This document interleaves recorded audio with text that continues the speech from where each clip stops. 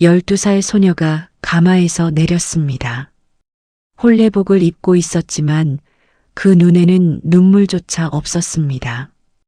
이미 다 울어버린 눈이었습니다. 나는 오늘 팔렸다. 빈 문서 한 장. 그것이 이 아이의 이름값이었습니다. 그날 밤 신방 문이 닫히고 촛불이 흔들렸습니다. 18신랑이 천천히 다가왔습니다. 연희는 눈을 감았습니다. 온몸이 돌처럼 굳었습니다. 그 순간 손 위에 무언가가 놓였습니다. 차갑고 가느다란 것. 눈을 떠보니 붓이었습니다. 오늘부터 내가 그대의 스승이 되리다. 그것이 전부였습니다. 신랑 도윤은 그날 밤 그 이상 아무것도 하지 않았습니다. 12살 소녀는 그 뜻을 알 수 없었습니다. 그저 붓을 쥔 채 밤새 멍하니 앉아 있었습니다. 그리고 그 붓 한 자루가 이 소녀의 운명을 통째로 바꾸게 됩니다. 5년 후 마을 한복판. 도장까지 찍혔소? 이 전답은 이제 내 것이오. 협잡군 황봉삼이 문서 꾸러미를 높이 치켜들었습니다. 가문의 논밭 전체를 삼키려는 계략이었습니다.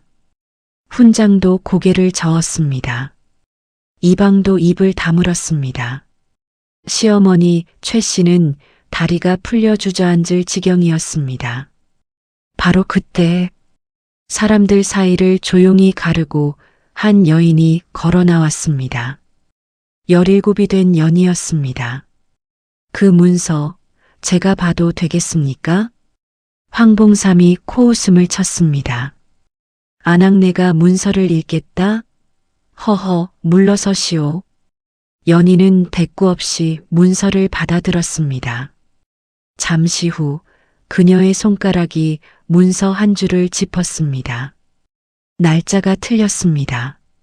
이 관인은 가보년에 폐기된 것입니다. 그런데 이 문서의 날짜는 을미년. 세상에 없는 도장이 어찌 이듬해 문서에 찍힐 수 있겠습니까? 황봉삼의 얼굴이 순식간에 굳었습니다. 마을이 쥐 죽은 듯 조용해졌습니다. 그런데 이 장면에서 정작 가장 충격을 받은 사람은 황봉삼이 아니었습니다. 바로 시어머니 최 씨였습니다. 이 여인이 5년 동안 연희에게 한 짓을 여러분은 아직 모르십니다. 새벽 4시에 일으켜 우물물을 깊게 하고 밥상을 발로 차엎은 날도 있었습니다. 차갑게 식은 밥 한 덩이로 하루를 버티게 한 날도 있었습니다. 내가 어디 양반집 딸이냐, 빚쟁이 자식이지. 그 말을 입에 달고 살던 여인이었습니다. 그 최 씨가 지금 눈물을 흘리고 있었습니다. 저 아이가 우리 집을 살렸구나. 그런데 더 놀라운 일이 그 뒤에 기다리고 있었습니다. 이 사건을 계기로 고부 사이에 전혀 예상치 못한 일이 벌어집니다. 평생 며느리를 짓밟던 시어머니가 무릎을 꿇은 것입니다. 그리고 그 앞에 앉은 것은 다름 아닌 연희였습니다. 스승으로서. 경기도 여주 어느 고을. 낙엽이 지기 시작하는 초가을이었습니다. 마을 어귀에 서 있는 오래된 느티나무 한 그루. 그 나무 아래를 지나면 나오는 기와집 한 채. 마을 사람들은 그 집을 이진사댁이라 불렀습니다. 한때는 그랬습니다. 사랑채에서 글 읽는 소리가 새어나오고 명절이면 동네 아이들이 음식을 얻어먹으러 몰려들던 집. 이진사의 목소리가 우렁차고 안채에서 웃음소리가 끊이지 않던 집. 그러나 지금은 달랐습니다. 흉년이 3년째 이어졌습니다. 첫 해에는 곡간을 열었습니다. 둘째 해에는 논을 팔았습니다. 셋째 해에는 빚을 졌습니다. 그리고 넷째 해, 이진사는 더 이상 팔 것이 없었습니다. 곡간은 비었고 노는 남의 것이 되었으며 빚쟁이들은 아침 저녁으로 대문을 두드렸습니다. 사랑채에서 글 읽는 소리는 언제부터인가 사라졌고 이진사는 하루 종일 방 안에 앉아 천장만 바라보는 날이 많아졌습니다. 아내 박씨는 말없이 눈물을 훔쳤습니다.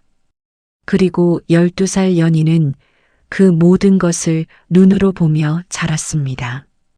연희는 영리한 아이였습니다. 아비가 글 읽는 소리를 들으며 혼자 글자를 익혔고 어미가 살림하는 것을 보며 셈을 배웠습니다.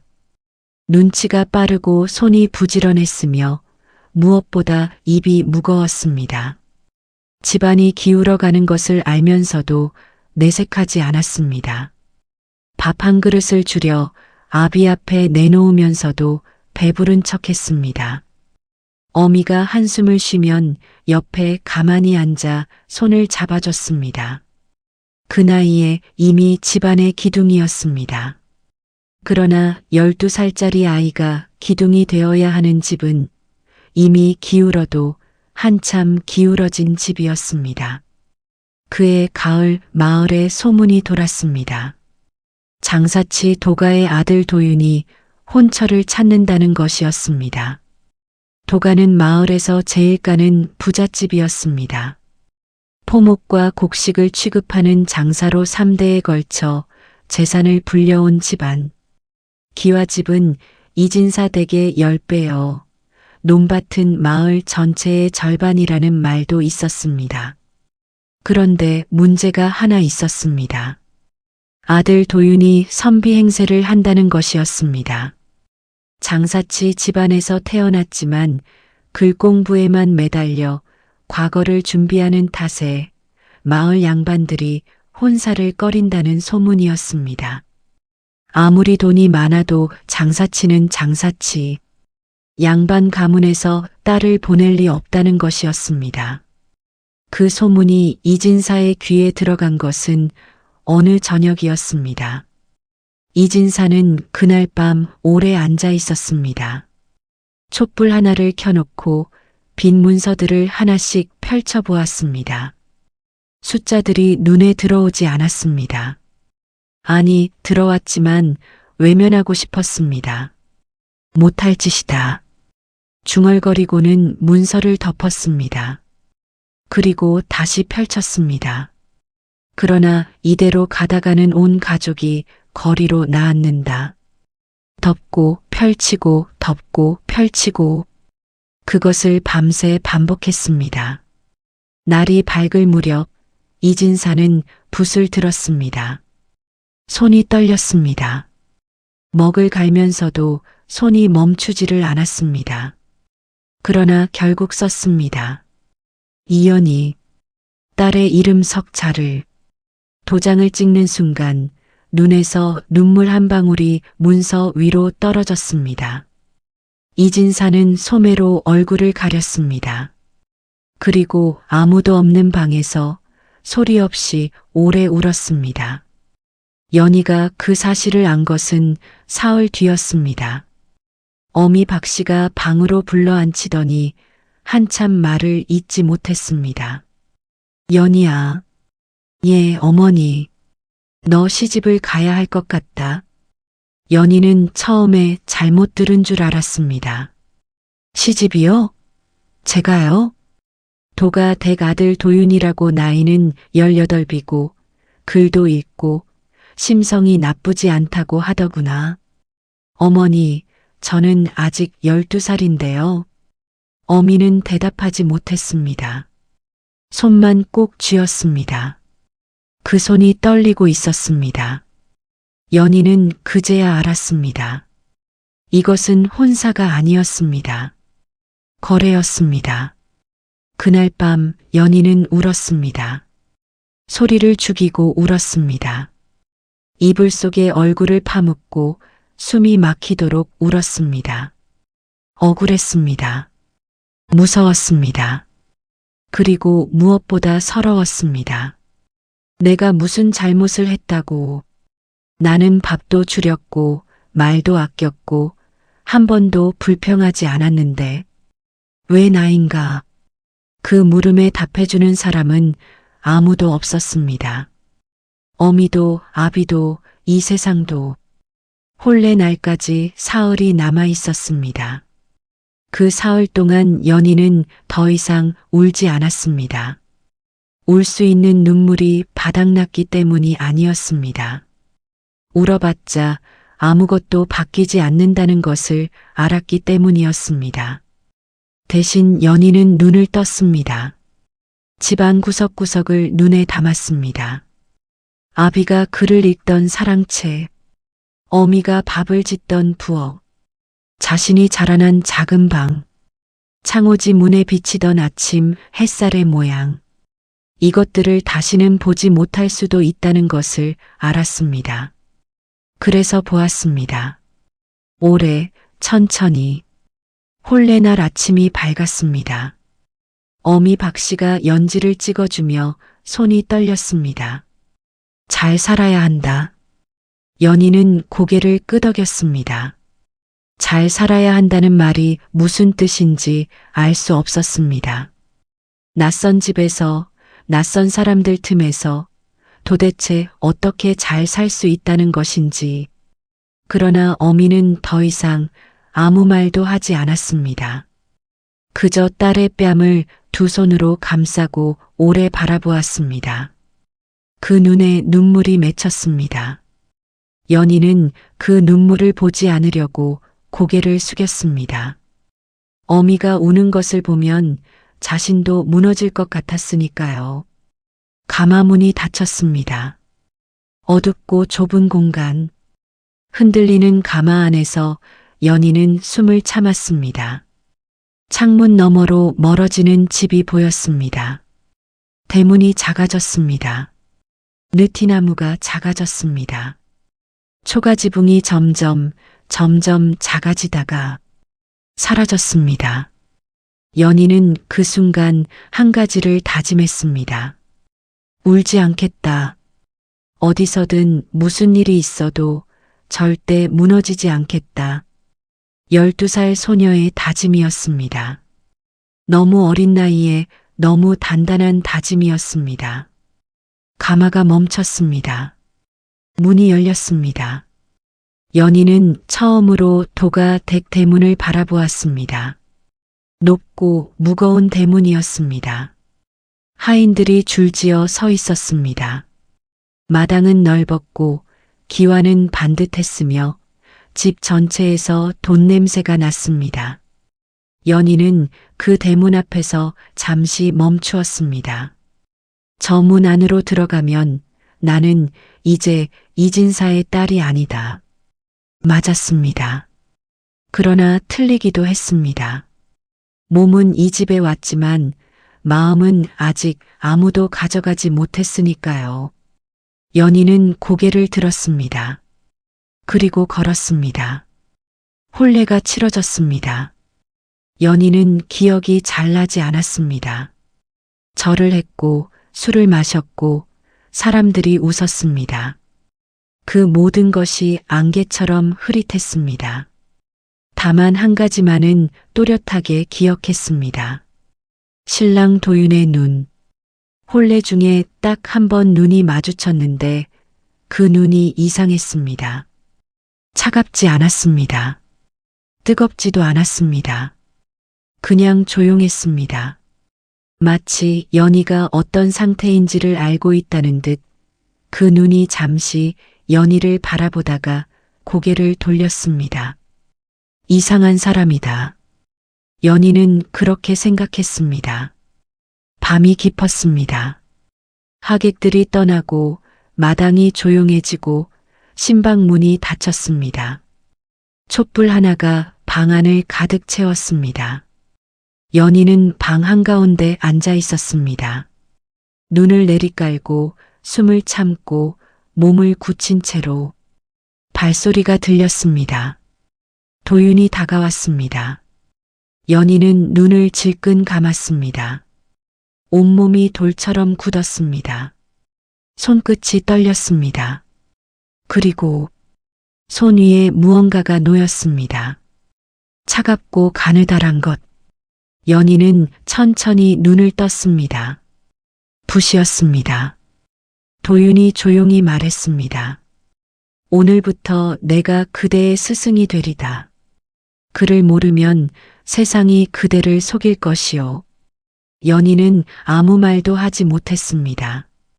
그저 손바닥 위에 놓인 붓을 내려다보았습니다. 촛불빛에 붓끝이 가늘게 빛나고 있었습니다. 그날 밤 도윤은 그 이상 아무것도 하지 않았습니다. 책을 펼쳐 글자를 가르쳐 주다가 연희가 졸기 시작하자 조용히 이불을 덮어주고 등을 돌렸습니다. 연희는 잠들지 못했습니다. 낯선 방, 낯선 냄새, 낯선 사람. 그런데 이상했습니다. 무섭지가 않았습니다. 손안에 쥔 붓이 아직 차가웠지만 그 차가움이 오히려 정신을 또렷하게 해주었습니다. 그를 모르면 세상이 그대를 속인다. 그 말이 머릿속에서 맴돌았습니다. 12살 소녀는 그 말의 무게를 아직 알지 못했습니다. 하지만 훗날 그 말이 자신의 목숨줄이 되리라는 것을, 그 붓 한 자루가 한 가문을 살리게 되리라는 것을 지금의 연희는 꿈에도 몰랐습니다. 이 장에서는 도윤이 한양으로 떠나고 홀로 남겨진 연희에게 시어머니 최 씨의 혹독한 시집살이가 시작됩니다. 그리고 그 고통 속에서도 연희는 밤마다 혼자 붓을 들었습니다. 왜였을까요? 신방의 촛불이 다 타들어갈 무렵이었습니다. 도윤은 책을 덮었습니다. 연희는 그새 깜빡 졸다가 고개를 들었습니다. 부끄러웠습니다. 첫날 밤에 신랑 앞에서 졸아버렸으니까요. 그런데 도윤은 웃고 있었습니다. 비웃는 웃음이 아니었습니다. 그냥 따뜻한 웃음이었습니다. 피곤하겠소? 자도 됩니다. 연희는 대답하지 못했습니다. 그저 손안에 쥔 붓을 내려다보았습니다. 저 이것을 돌려드려야 하지 않겠습니까? 아니요. 그대 것이요. 도윤은 그렇게 말하고 조용히 등을 돌렸습니다. 연희는 오래 앉아 있었습니다. 붓을 쥔 채로 꺼져가는 촛불을 바라보며 이 사람은 대체 어떤 사람인가? 다음 날 아침이 밝았습니다. 연희가 처음 마주한 것은 시어머니 최 씨였습니다. 키가 크고 눈매가 날카로운 여인이었습니다. 나이는 40 중반이었지만 눈빛만큼은 서슬이 펄했습니다. 최 씨는 연희를 위아래로 훑어보더니 입을 열었습니다. 장사치 집이라고 우습게 보지 마라. 연희는 고개를 숙였습니다. 예, 어머님. 밥은 새벽에 짓는다. 물은 내가 깃는다.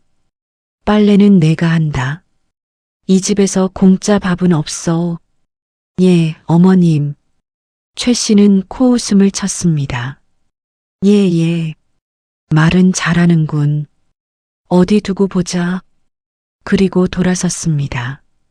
연희는 그 뒷모습을 바라보며 생각했습니다.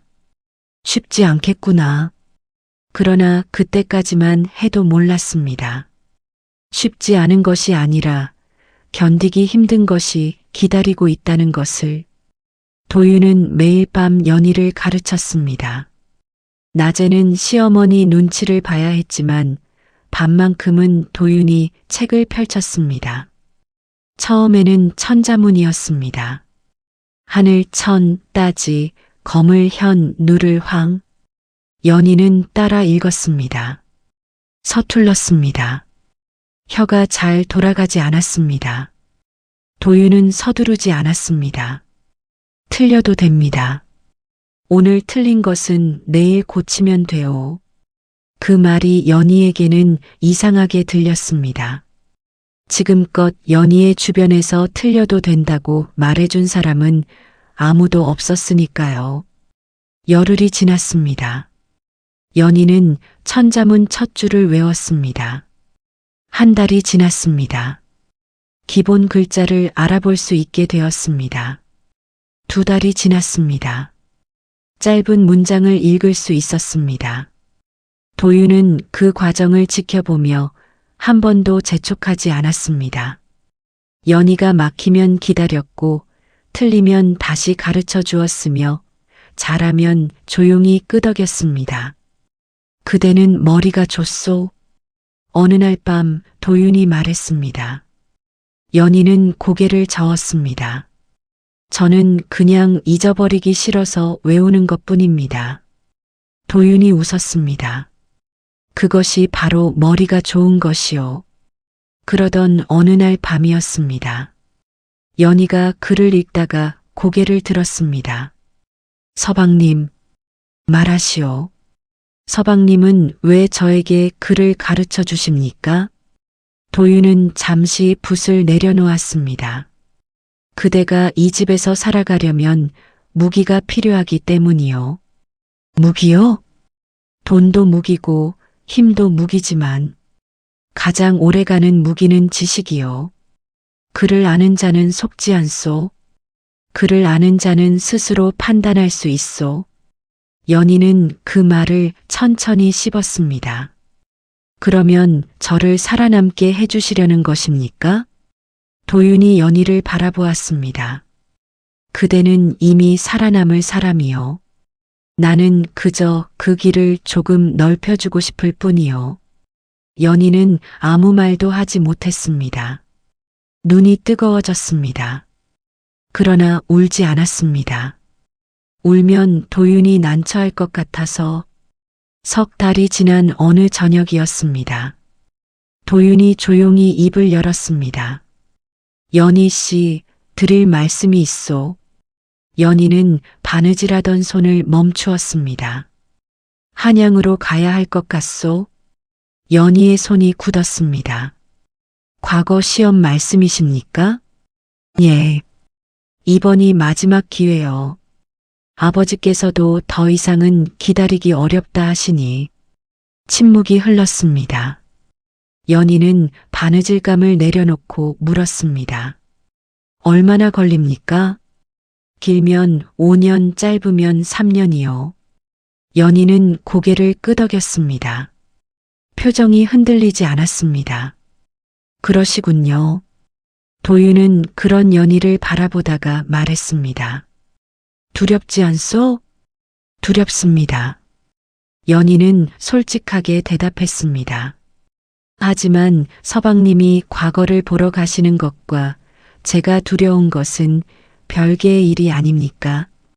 도윤은 한참 연희를 바라보았습니다. 그리고 나지막이 말했습니다. 그 사이에도 공부를 멈추지 마시오. 내가 없어도 혼자 할 수 있소. 알겠습니다. 약속하시오.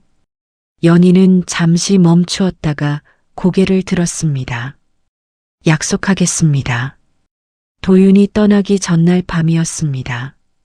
그는 책 한 권을 연희 앞에 내밀었습니다. 이것을 두고 가겠소. 손때가 묻어 낡아버린 책이었습니다. 표지에는 글씨가 빼곡했습니다. 이 책에 내가 중요하다고 생각하는 것들을 적어두었소. 모르는 것이 생기면 이것을 펼쳐보시오. 답이 없으면 여백에 질문을 써두시오. 내가 돌아와서 답해드리리다. 연희는 두 손으로 책을 받았습니다. 묵직했습니다. 이것은 서방님께 소중한 것이 아닙니까? 그래서 드리는 것이요. 연희는 고개를 숙였습니다. 목이 막혔습니다. 감사합니다. 목소리가 떨렸습니다. 최대한 떨리지 않으려 했지만 그것만큼은 숨길 수가 없었습니다. 다음 날 새벽 도윤이 짐을 꾸렸습니다. 마당에 하인이 짐을 지고 서 있었습니다. 최 씨는 아들의 옷매무새를 다듬어주며 눈을 붉혔습니다. 몸 조심하고 꼭 급제해야 한다. 예, 어머니. 도윤은 연희를 돌아보았습니다. 연희는 마당 한켠에 조용히 서 있었습니다. 두 사람의 눈이 마주쳤습니다. 도윤이 말했습니다. 약속 잊지 마시오. 연희는 고개를 끄덕였습니다. 잊지 않겠습니다.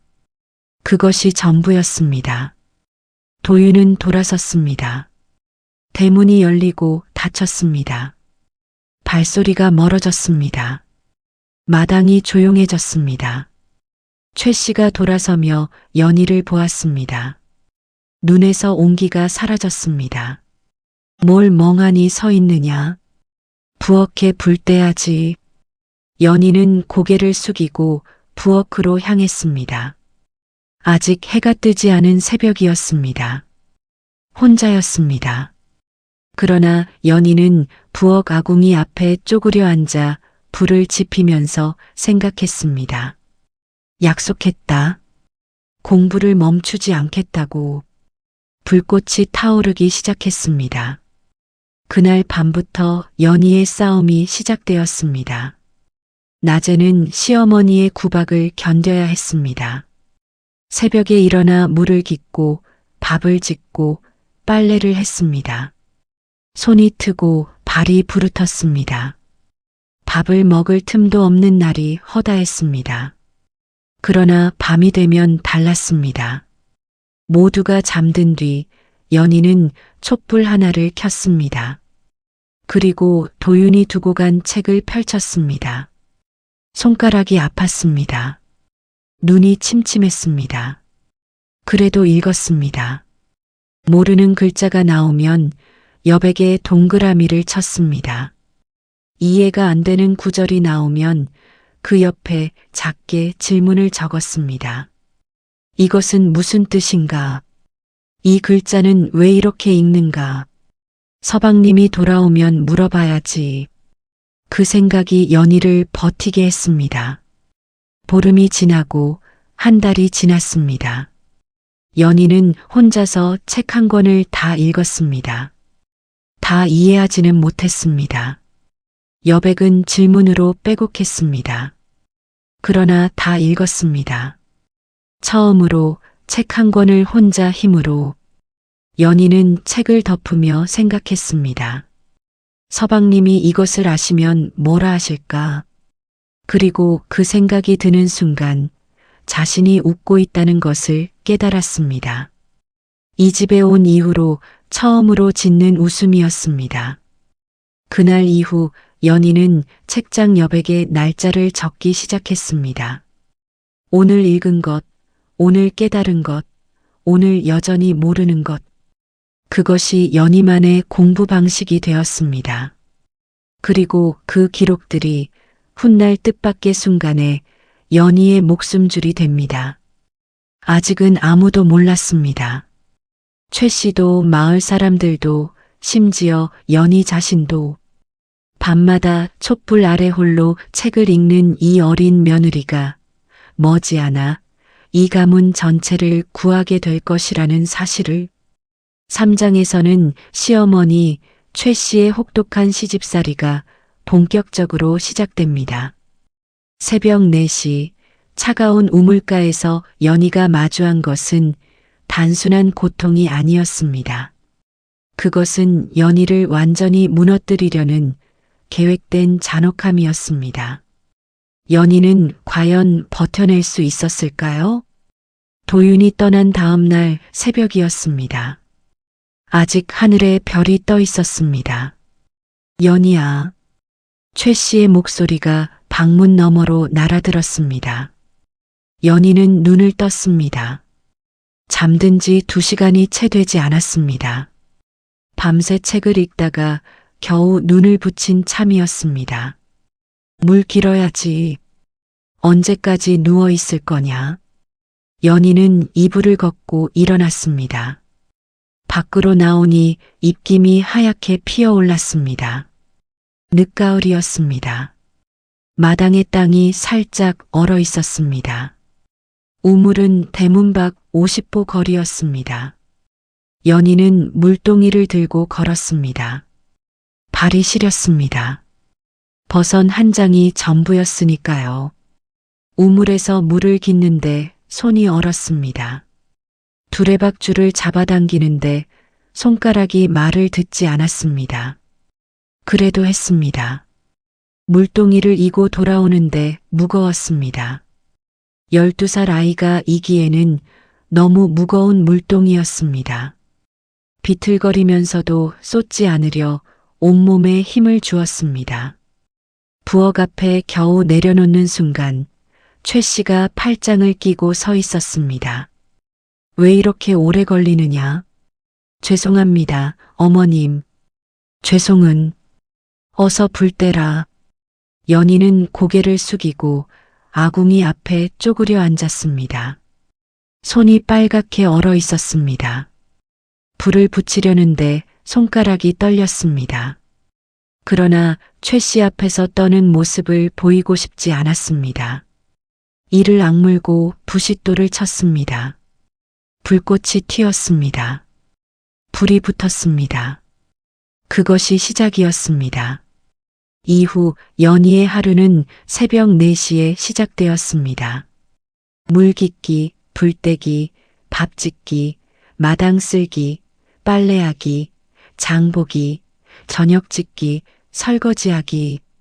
쉬는 시간은 없었습니다. 밥을 먹는 시간조차 아까웠습니다.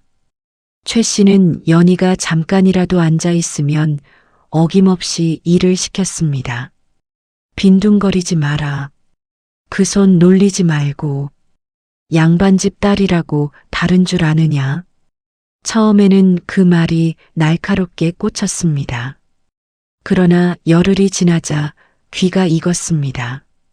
한 달이 지나자 들려도 흔들리지 않았습니다. 말은 말일 뿐이다. 연희는 그렇게 스스로를 다잡았습니다. 그러던 어느 날이었습니다. 저녁 밥상을 들고 들어가는데 최 씨가 갑자기 소리를 질렀습니다. 이게 밥이냐? 죽이냐? 연희는 고개를 숙였습니다. 밥물을 잘못 맞춘 것 같습니다. 죄송합니다. 죄송으로 밥을 먹을 수 있느냐? 최 씨는 밥상을 발로 걷어찼습니다. 밥그릇이 뒤집혔습니다. 국이 쏟아졌습니다. 반찬이 마루에 흩어졌습니다. 연희는 움직이지 않았습니다.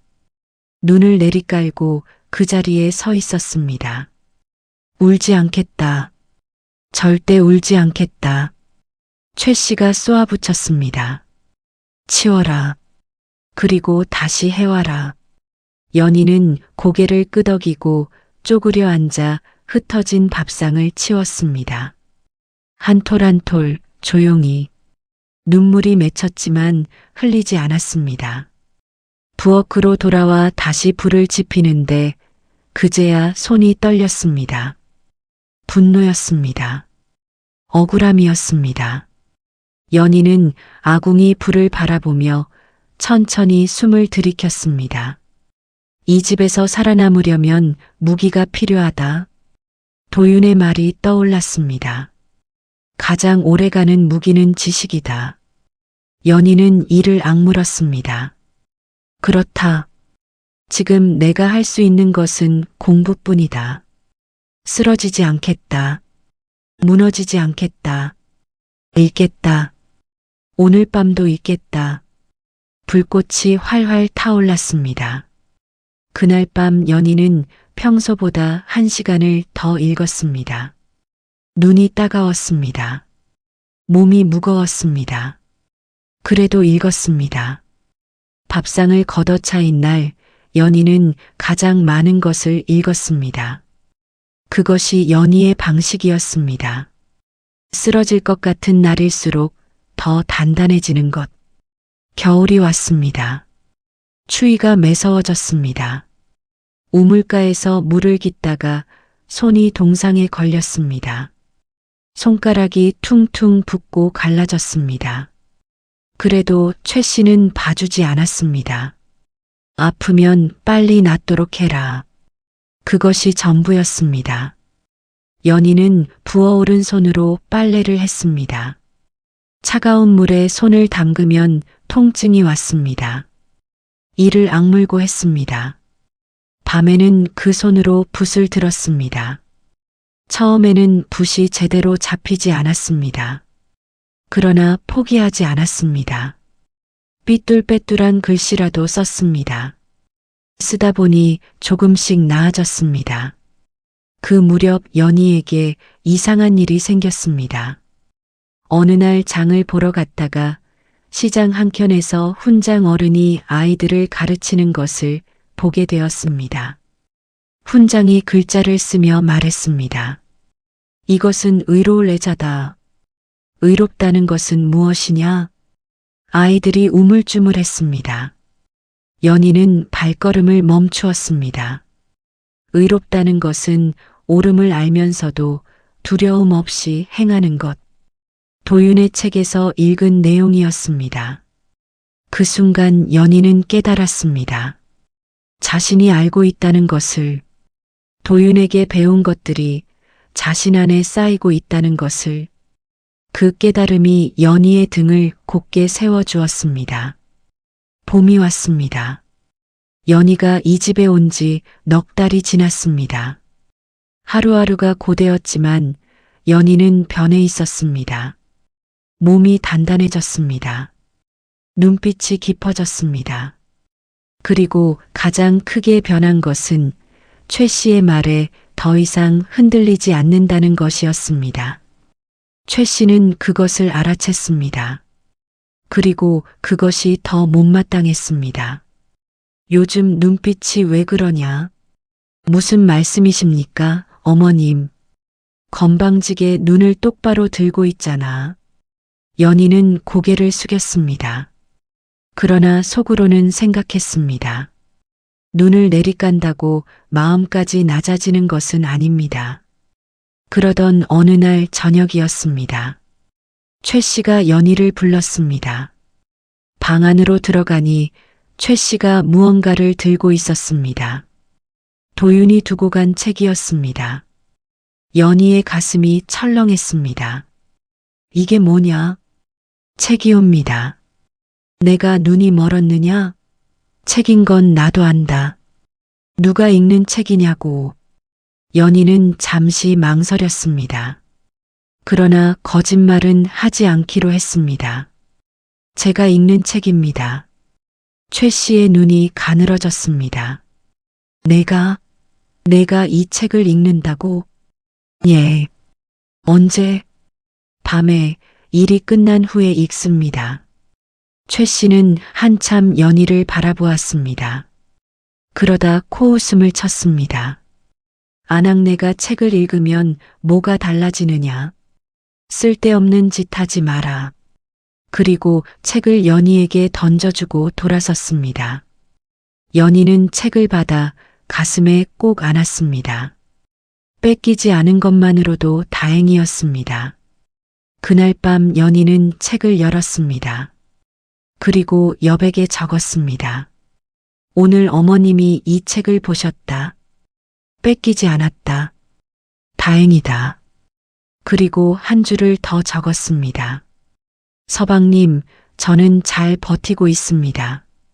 약속을 지키고 있습니다. 언제 돌아오십니까? 촛불이 흔들렸습니다. 마치 대답이라도 하듯 여름이 지나고 다시 가을이 왔습니다. 연희가 이 집에 온 지 1년이 되었습니다. 그 사이 연희는 도윤의 책을 3번 읽었습니다. 여백은 질문과 메모로 가득 찼습니다.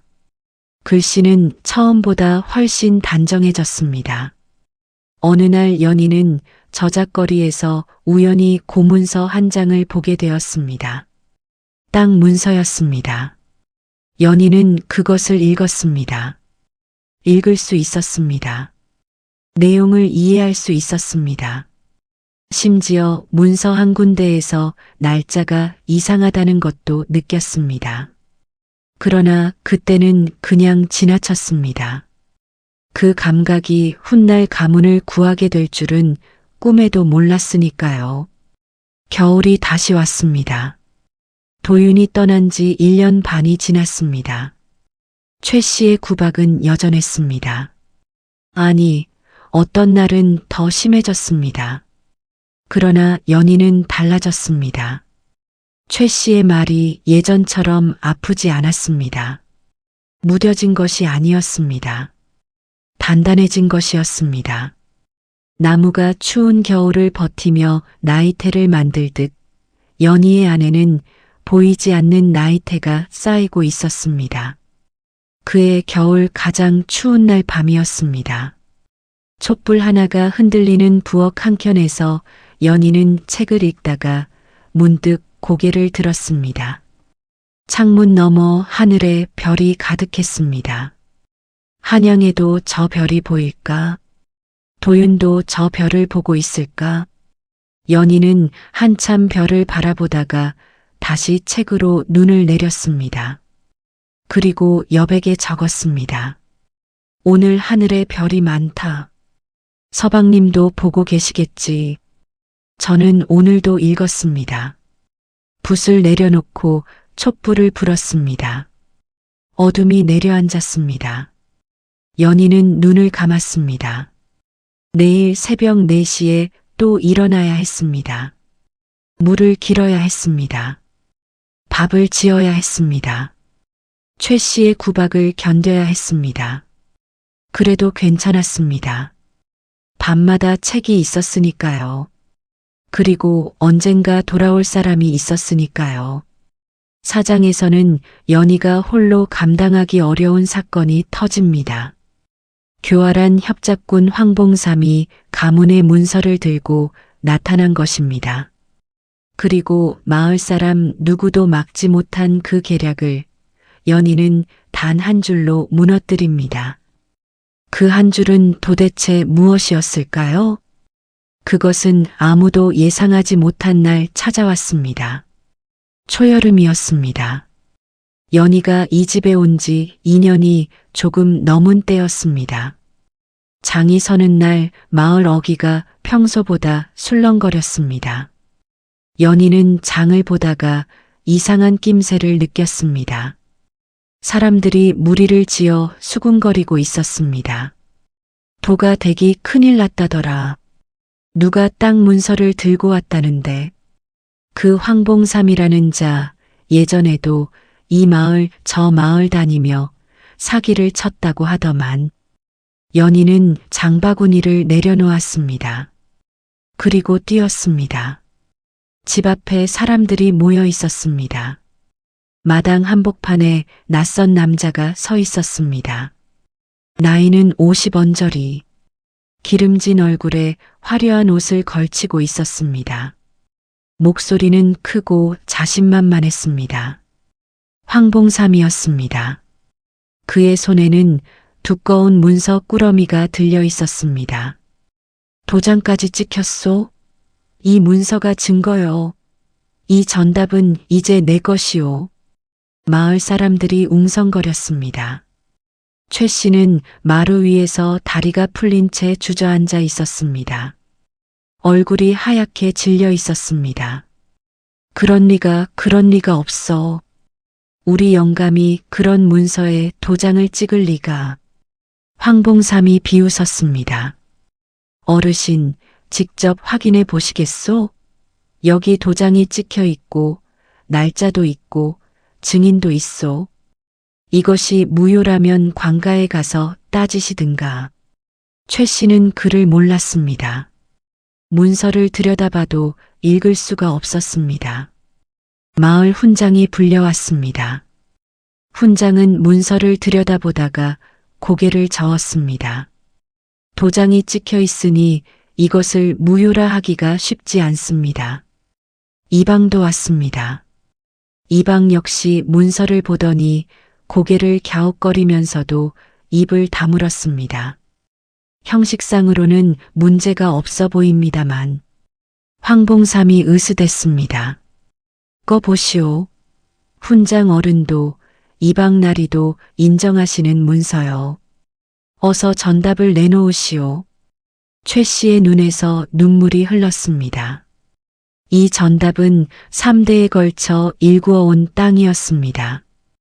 도윤의 아비가 도윤의 할아비가 피땀 흘려 만든 터전이었습니다.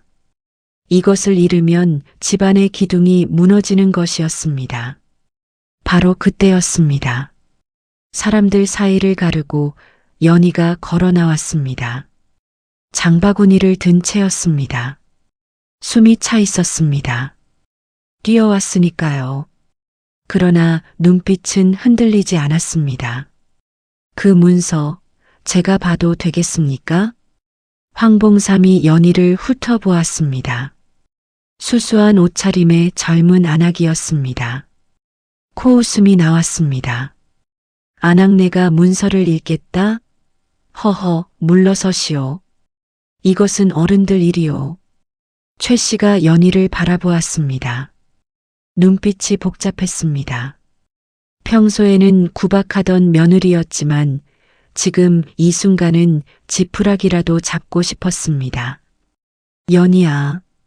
연희는 황봉삼을 똑바로 바라보았습니다. 문서를 읽지 못하는 사람 앞에서만 저 문서를 흔드시는 것 같습니다. 읽을 줄 아는 사람에게는 왜 못 보여주십니까? 마을이 조용해졌습니다. 황봉삼의 눈이 가늘어졌습니다. 어디 한번 봐보시오. 읽을 수 있으면. 그는 문서를 내밀었습니다. 어차피 이 안악도 읽지 못할 거라고 생각했습니다.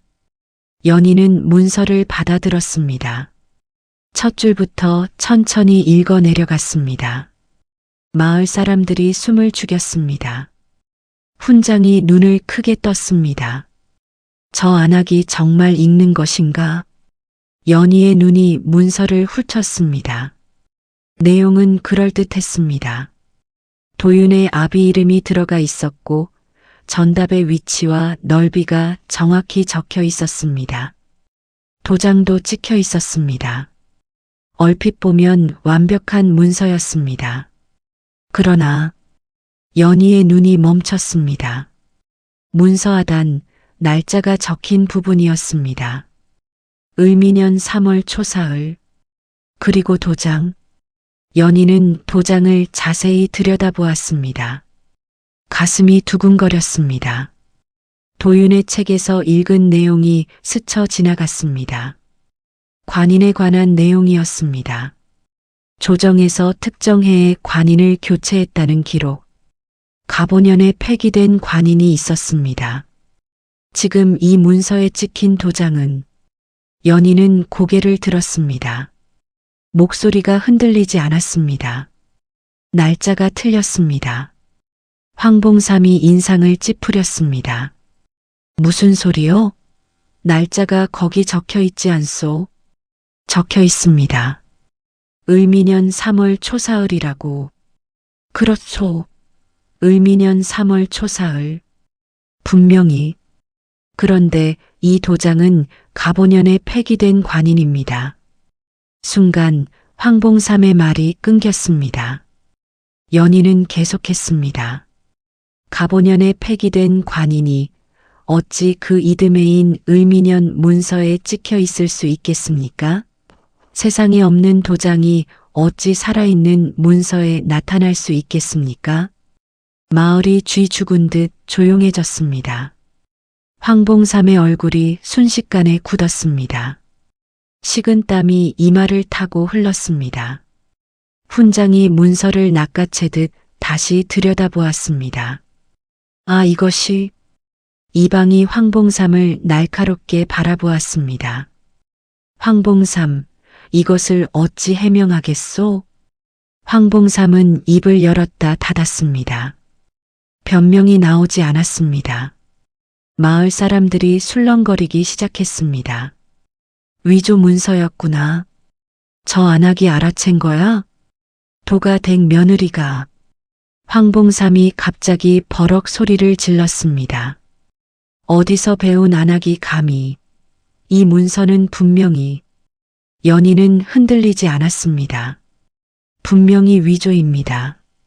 관인 폐기 기록은 관가에 남아 있습니다.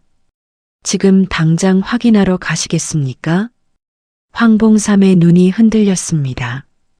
그리고 그것이 결정적이었습니다. 이방이 앞으로 나섰습니다. 황봉삼, 당신을 문서 위조 혐의로 관가에 데려가겠소. 황봉삼은 그제야 무너졌습니다. 문서 꾸러미를 땅에 떨어뜨리고 뒤로 물러섰습니다. 마을 사람들이 길을 열었습니다. 황봉삼은 이방에게 이끌려 사라졌습니다. 마당이 조용해졌습니다. 사람들이 하나둘 흩어졌습니다. 연희는 그 자리에 서서 천천히 숨을 내쉬었습니다. 손이 떨리고 있었습니다. 아무도 모르게 문서를 쥔 손이 미세하게 떨리고 있었습니다. 무서웠습니다. 사실 처음 나설 때부터 무서웠습니다. 틀리면 어쩌나. 내가 잘못 읽은 것이면 어쩌나. 망신을 당하는 것은 물론이고 가문에 해를 끼치는 것이면 어쩌나. 그 두려움을 안고 나선 것이었습니다. 그러나 연희는 알고 있었습니다. 나서지 않으면 아무것도 달라지지 않는다는 것을. 두려움보다 가문이 먼저였습니다. 그때였습니다. 등 뒤에서 소리가 들렸습니다. 낮고 떨리는 목소리였습니다. 연희야. 돌아보니 최 씨가 서 있었습니다. 마루에서 내려온 것이었습니다. 눈이 빨개져 있었습니다. 입술이 떨렸습니다. 최 씨는 한참을 아무 말도 하지 못했습니다. 뭔가를 말하려다가 목이 메는지 고개를 돌렸습니다. 그러다 겨우 한마디를 했습니다. 저 아이가 우리 집을 살렸구나. 자신에게 하는 말 같기도 했고 연희에게 하는 말 같기도 했습니다. 연희는 고개를 숙였습니다. 어머님 괜찮으십니까? 최 씨는 대답하지 않았습니다. 그저 연희의 손을 한번 바라보았습니다. 동상 자국이 남아있는 거칠고 갈라진 손을. 그리고 방으로 들어갔습니다. 그날 저녁이었습니다. 연희가 저녁상을 들고 들어가자 최 씨가 말했습니다. 앉아라. 연희는 조심스럽게 앉았습니다. 최 씨는 잠시 밥상을 내려다보다가 입을 열었습니다.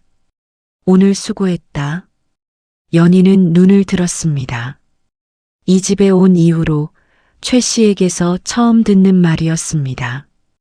감사합니다, 어머님. 최 씨는 더 이상 말하지 않았습니다. 밥을 먹었습니다. 연희도 밥을 먹었습니다.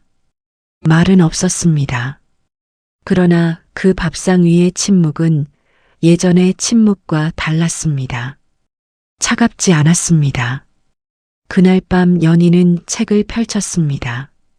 그리고 여백에 적었습니다. 오늘 황봉삼의 계략을 막았다. 무서웠다. 그러나 했다. 잠시 붓을 멈추었다가 한 줄을 더 적었습니다. 서방님이 가르쳐 주신 것이 오늘 이 집을 살렸습니다. 감사합니다. 보고 싶습니다. 촛불이 흔들렸습니다.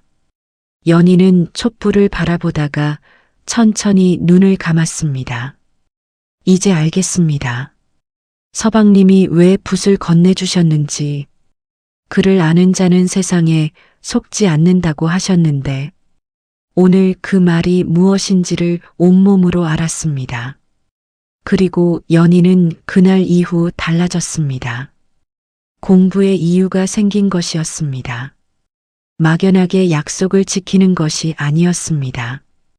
이것이 실제로 쓰인다는 것을, 이것이 실제로 사람을 살린다는 것을 몸으로, 가슴으로 알게 된 것이었습니다. 5장에서는 전혀 예상치 못한 일이 벌어집니다. 그토록 연희를 구박하던 시어머니 최 씨가 어느 날 밤 연희의 방문을 두드립니다. 그리고 이렇게 말합니다. 나도 글을 배우고 싶다. 평생 글을 모르고 살아온 여인이 며느리 앞에 무릎을 꿇은 것입니다. 그 이유는 무엇이었을까요? 그날 이후 최 씨가 달라졌습니다. 눈에 띄게 달라진 것은 아니었습니다. 여전히 말수가 적었고 여전히 표정이 굳어 있었습니다. 그러나 달랐습니다. 새벽에 물을 기르러 나가는 연희의 뒤에서 아무 말도 하지 않았습니다. 밥상을 들고 들어가면 바다만 놓고 눈을 피했습니다. 구박이 사라진 것은 아니었습니다. 그러나 예전처럼 이유 없는 구박은 없어졌습니다. 연희는 그 변화를 느꼈습니다. 그러나 아무 말도 하지 않았습니다. 변화는 말로 확인하는 것이 아니라 시간으로 확인하는 것이라는 것을 알았으니까요. 그로부터 보름이 지난 밤이었습니다. 연희가 촛불을 켜고 책을 읽고 있었습니다. 밖에서 발소리가 들렸습니다. 멈추었습니다. 그리고 조심스러운 노크 소리가 났습니다. 누구십니까? 대답이 없었습니다. 연희는 문을 열었습니다. 최 씨였습니다. 낮에 보던 최 씨가 아니었습니다. 굳어있던 어깨가 내려가 있었고 눈빛이 흔들렸습니다. 손을 앞에 모은 채 서 있었습니다. 어머님, 무슨 일이십니까? 몸이 편찮으십니까? 최 씨는 고개를 저었습니다. 그리고 한참을 말하지 못했습니다. 입을 열었다 닫았다 하기를 3번. 마침내 겨우 입을 열었습니다. 나도 글을 배우고 싶다. 연희는 아무 말도 하지 못했습니다. 귀를 의심했습니다. 지금 뭐라고 하셨는가? 최 씨의 얼굴이 붉어졌습니다. 못 들었느냐? 들었습니다. 그러면 왜 아무 말도 없느냐? 연희는 잠시 최 씨를 바라보았습니다. 이 여인이 지난 2년 동안 자신에게 한 일들이 머릿속을 스쳐 지나갔습니다. 새벽 4시에 일으킨 것, 밥상을 걷어찬 것, 차가운 밥 한 덩이로 하루를 버티게 한 것. 내가 어디 양반집 딸이냐, 빚쟁이 자식이지. 그 말들이 귓가에 맴돌았습니다. 그러나 연희는 고개를 끄덕였습니다. 들어오십시오, 어머님.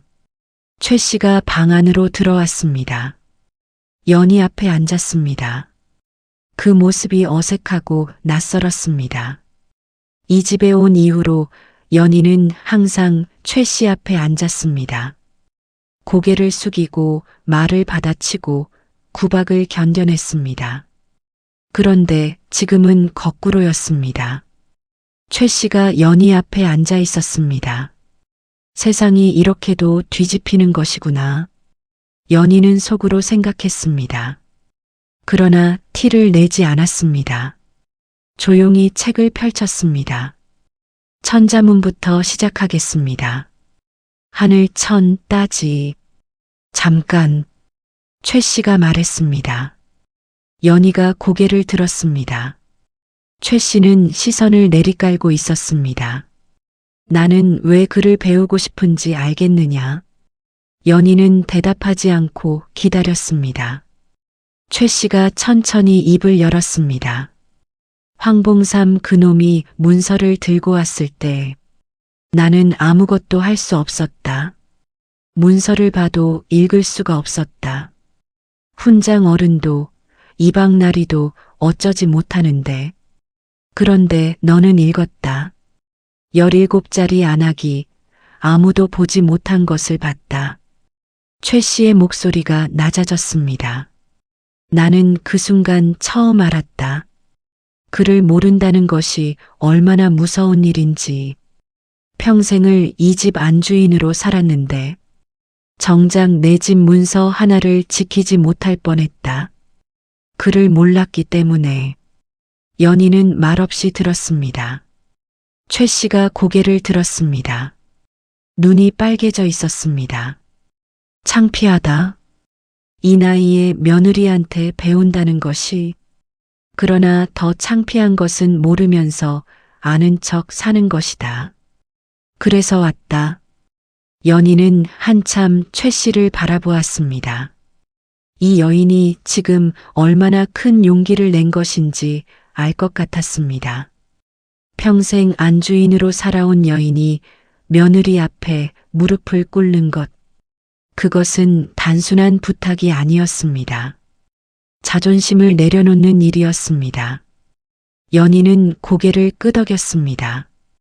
그리고 말했습니다. 어머님, 한 가지만 여쭤봐도 되겠습니까? 뭐냐? 배움에는 신분도 나이도 없습니다. 그러나 배우는 동안만큼은 제가 스승이고 어머님이 제자이십니다. 그것을 받아들이실 수 있으십니까? 최 씨가 굳었습니다.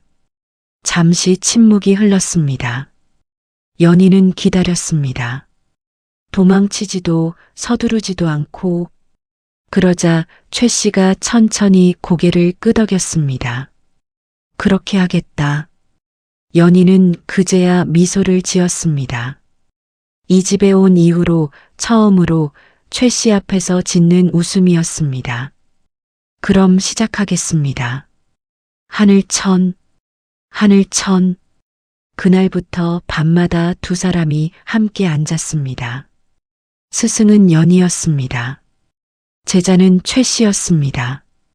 처음에는 어색했습니다. 최 씨는 자꾸 반말이 나왔다가 멈추고, 연희는 존댓말을 유지하면서도 단호하게 가르쳤습니다. 따지, 다시 한번 쓰십시오.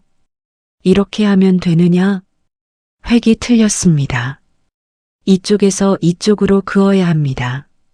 최 씨는 인상을 찌푸렸습니다. 이게 그렇게 어려운 것이냐? 처음에는 다 어렵습니다. 저도 처음에는 이 글자를 10번 넘게 틀렸습니다. 내가? 예. 어머님도 곧 익숙해지실 겁니다. 최 씨는 다시 붓을 들었습니다. 혀를 살짝 깨물고 집중하는 모습이었습니다. 연희는 그 모습을 보며 생각했습니다. 이분도 처음에는 이랬을 것이다. 무언가를 처음 배우던 때가. 보름이 지났습니다.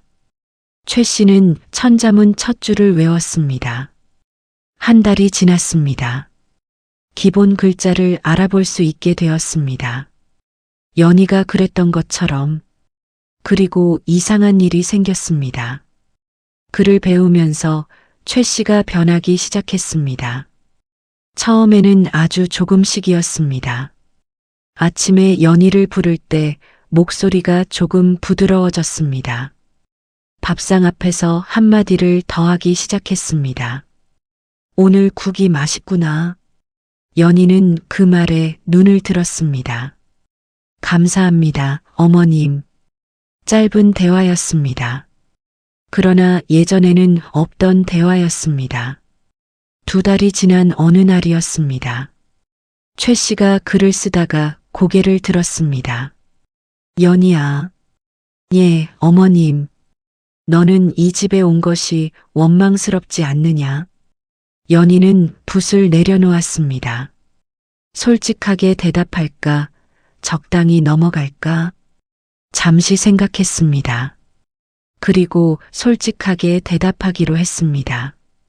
처음에는 원망스러웠습니다. 최 씨가 굳었습니다. 아비가 원망스러웠고, 이 집이 낯설었고, 두려웠습니다. 그러나 지금은 다릅니다. 다르다고? 이 집에서 저는 배웠습니다. 서방님에게 배웠고, 혼자 공부하면서 배웠고, 연희는 잠시 멈추었습니다. 그리고 어머님께도 배웠습니다. 최 씨의 눈이 커졌습니다. 나한테? 예. 견디는 법을 배웠습니다. 어머님이 저를 힘들게 하셨던 것들이 저를 단단하게 만들었습니다. 최 씨는 한동안 아무 말도 하지 못했습니다. 그리고 고개를 돌렸습니다. 목이 매는 것이 보였습니다. 나는 너한테 참 못됐다. 어머님, 괜찮다고 하지 마라. 괜찮지 않은 것을 괜찮다고 하면 거짓말이다. 연희는 입을 다물었습니다.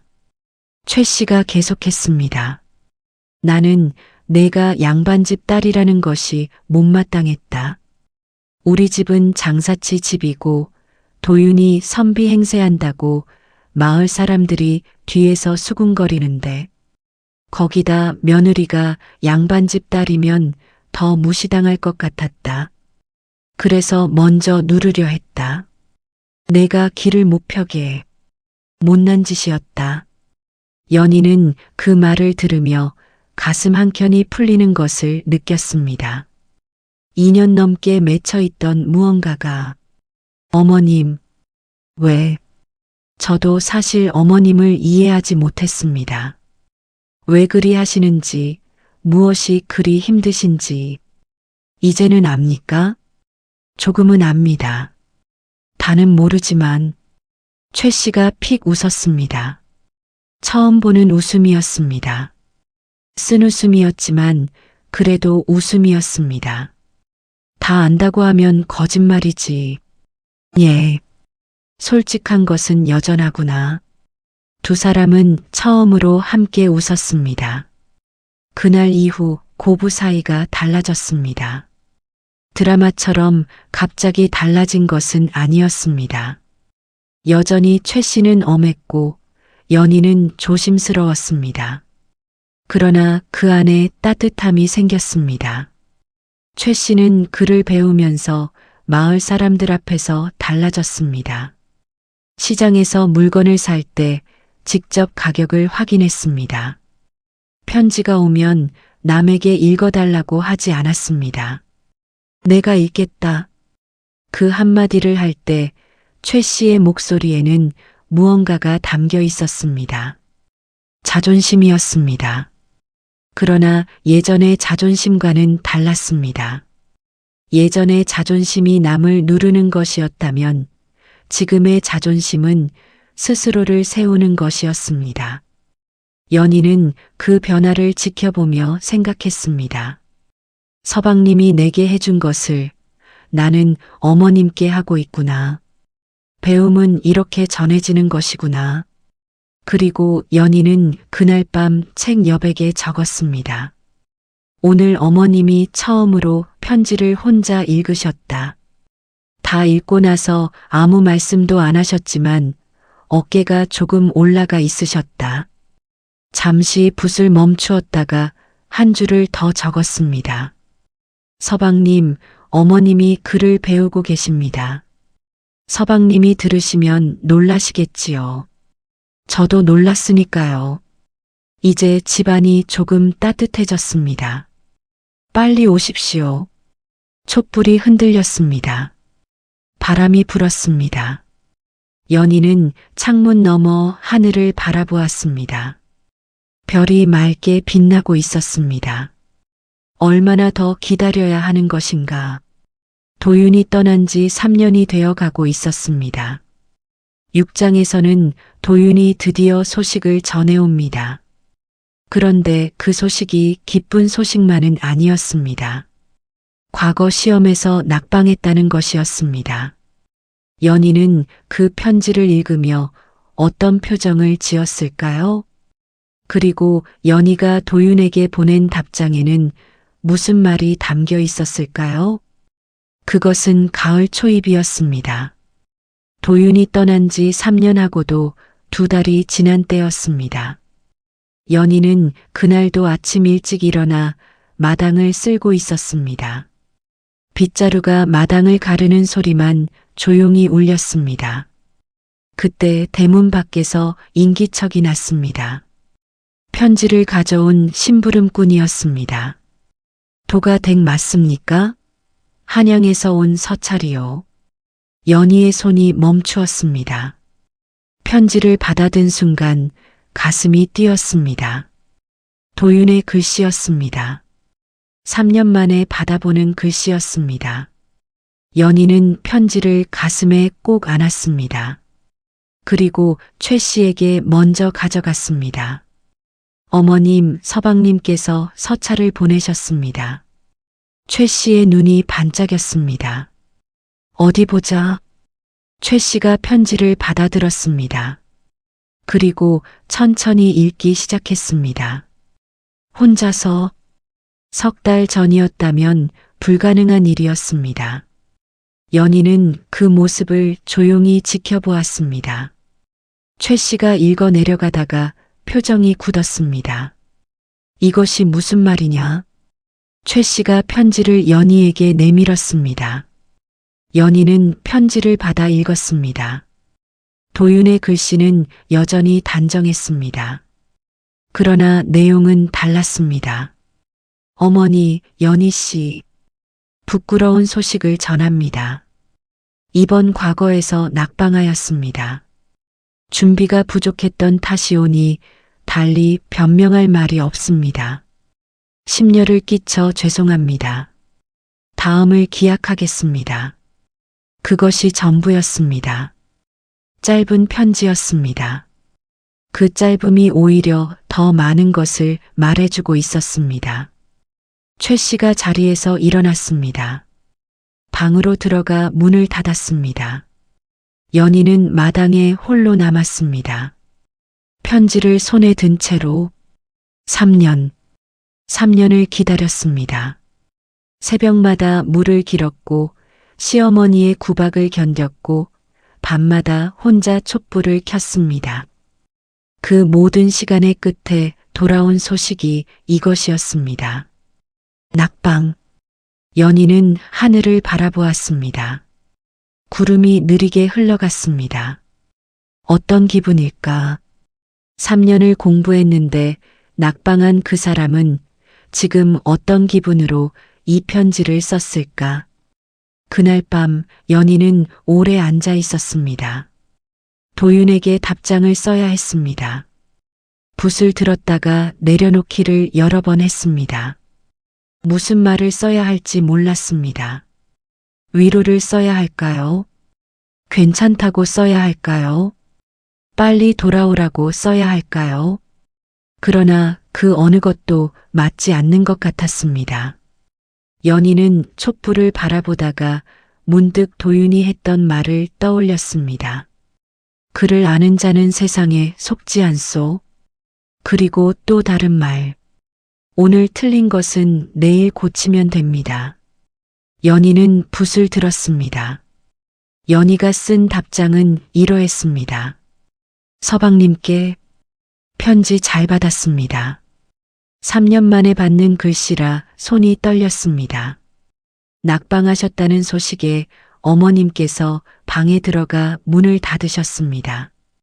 저는 마당에 한참 서 있었습니다. 그런데 이상하게도 서방님이 불쌍하다는 생각보다 서방님이 지금 얼마나 힘드실까 하는 생각이 먼저 들었습니다. 서방님께서 저에게 가르쳐 주신 것이 있습니다. 오늘 틀린 것은 내일 고치면 된다고 하셨습니다. 그 말을 저는 3년 동안 매일 밤 되새겼습니다. 틀려도 다시 쓰고 몰라도 다시 읽고 그렇게 여기까지 왔습니다. 서방님도 그리하시면 됩니다. 한 가지 더 말씀드릴 것이 있습니다. 어머님께서 요즘 글을 배우고 계십니다. 제가 가르쳐 드리고 있습니다. 서방님께서 들으시면 놀라시겠지요. 저도 처음에는 놀랐습니다. 어머님이 변하셨습니다. 아니, 변하신 것이 아니라 원래 이런 분이셨는데 제가 몰랐던 것 같습니다. 집안이 많이 달라졌습니다. 서방님이 보시면 알아보지 못하실 수도 있습니다. 빨리 오십시오. 기다리고 있겠습니다. 연희 올림. 편지를 다 쓰고 나서 연희는 읽어보았습니다. 그리고 마지막 줄을 지웠습니다. 빨리 오십시오. 다시 썼습니다. 서방님의 때가 되면 오십시오. 저는 여기 있겠습니다. 그것이 더 맞는 말 같았습니다. 편지를 봉하고 나서 연희는 오래 앉아 있었습니다. 촛불이 흔들렸습니다. 그리고 연희는 처음으로 자신이 도윤을 기다리고 있다는 것을 단순히 남편이기 때문이 아니라는 것을 알았습니다. 보고 싶었습니다. 그 사람의 목소리가, 그 사람이 책을 읽어주던 방식이, 틀려도 된다고 말하던 그 눈빛이, 이것이 그리움이구나. 연희는 속으로 생각했습니다. 빚으로 맺어진 인연이라고 생각했습니다. 그러나 어느새 그 인연 안에 다른 것이 자라고 있었습니다. 이름 붙이기 어려운 것, 그러나 분명히 존재하는 것. 그로부터 2달 뒤 도윤에게서 다시 편지가 왔습니다. 이번에는 달랐습니다. 연희 씨의 편지를 받았습니다. 여러 번 읽었습니다. 오늘 틀린 것은 내일 고치면 된다는 말을 제가 한 말인데 제가 잊고 있었습니다. 연희 씨가 돌려보내 주었습니다. 감사합니다. 다시 시작하겠습니다. 그리고 어머님께서 글을 배우신다는 것 정말 놀랐습니다. 연희 씨가 해낸 것입니다. 대단합니다. 한 가지 더. 연희 씨가 보내준 편지의 글씨가 제가 떠날 때보다 훨씬 단정해졌습니다. 많이 쓰셨군요. 많이 읽으셨군요. 제가 없는 동안 약속을 지켜주었습니다. 감사합니다. 조금 더 기다려 주십시오. 반드시 돌아가겠습니다. 연희는 그 편지를 읽고 또 읽었습니다. 글씨가 단정해졌다. 그 한 줄이 가장 오래 눈에 머물렀습니다.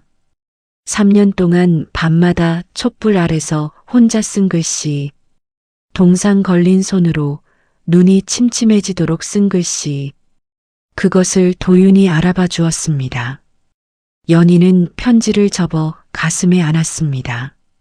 눈물이 났습니다. 참으려 했지만 이번에는 참아지지 않았습니다.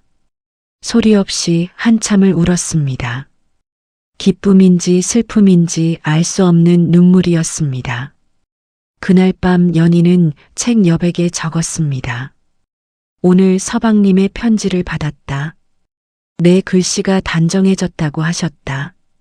3년 동안 쓴 글씨를 알아봐 주셨다. 울었다. 많이 울었다. 그리고 한 줄을 더 적었습니다. 조금 더 기다리겠습니다. 서방님. 그로부터 다시 1년이 흘렀습니다.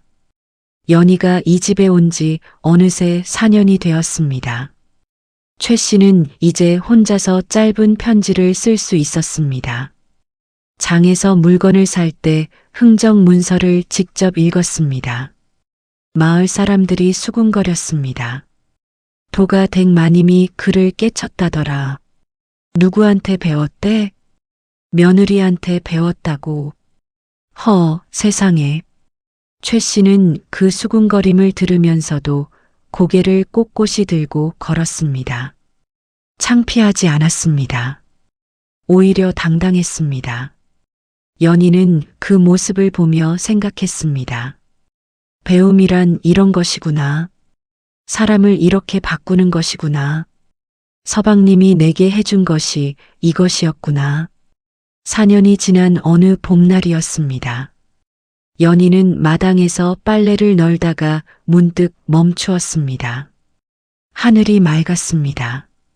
봄바람이 불었습니다. 빨래가 바람에 펄럭였습니다. 연희는 그 바람을 맞으며 생각했습니다. 나는 지금 행복한 것인가? 이상한 물음이었습니다. 행복하다고 말하기에는 여전히 고단했습니다. 그러나 불행하다고 말하기에는 마음 어딘가가 차 있었습니다. 가득 찬 것은 아니었습니다. 그러나 텅 빈 것도 아니었습니다. 서방님이 오시면 가득 차겠지.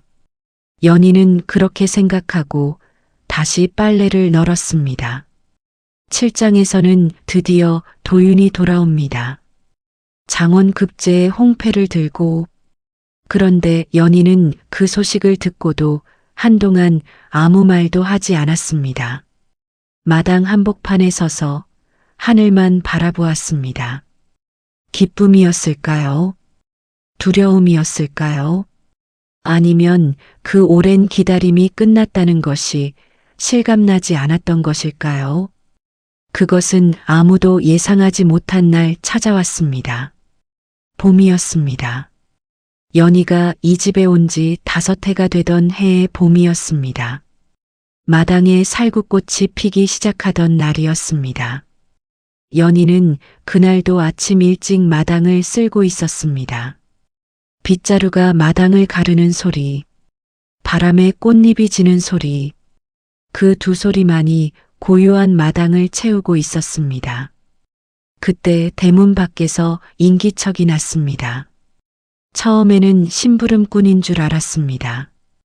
또 편지가 왔나 싶었습니다. 그런데 목소리가 달랐습니다. 어머니, 저 왔습니다. 연희의 손이 멈추었습니다. 빗자루가 땅에 닿은 채 굳었습니다.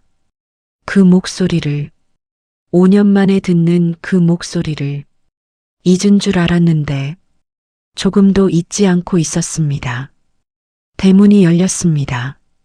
도윤이 들어왔습니다. 5년 전의 도윤이 아니었습니다. 어깨가 더 넓어져 있었습니다. 눈빛이 더 깊어져 있었습니다. 손에는 홍패가 들려 있었습니다. 장원급제, 붉은 글씨가 아침 햇살을 받아 빛나고 있었습니다. 도윤이 마당을 가로질러 걸어왔습니다. 그리고 연희 앞에서 멈추었습니다. 두 사람은 한동안 아무 말도 하지 못했습니다. 도윤이 먼저 입을 열었습니다. 연희 씨. 연희는 대답하지 않았습니다. 눈을 내리깔고 있었습니다. 왜 말이 나오지 않는 것인가? 5년을 기다렸는데, 하고 싶은 말이 수백 가지였는데, 막상 앞에 서니 아무것도 나오지 않았습니다. 도윤이 다시 말했습니다. 고생 많으셨습니다. 그 한마디였습니다. 딱 그 한마디였습니다.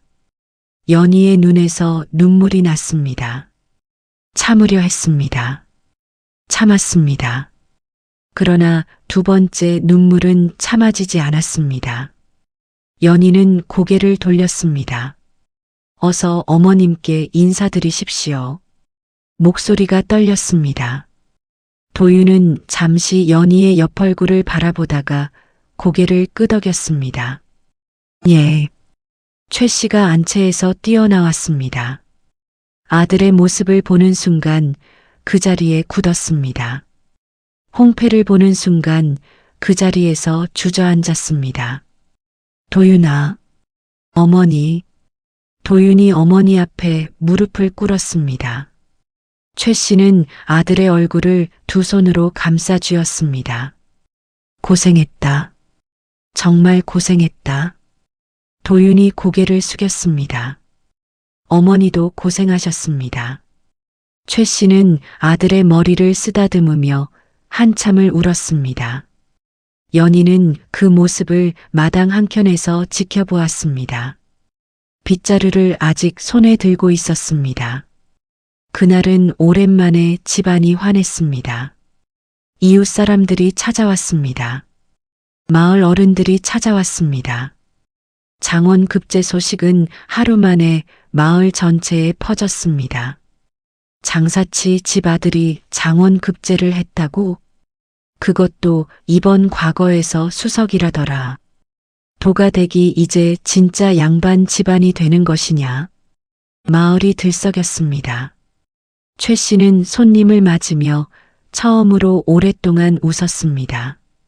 연희는 그 모든 것을 조용히 뒤에서 챙겼습니다. 음식을 내오고 자리를 마련하고 손님들의 잔을 채웠습니다. 저녁이 되어 손님들이 모두 떠났습니다. 최 씨도 피곤한지 일찍 방으로 들어갔습니다. 마당이 조용해졌습니다.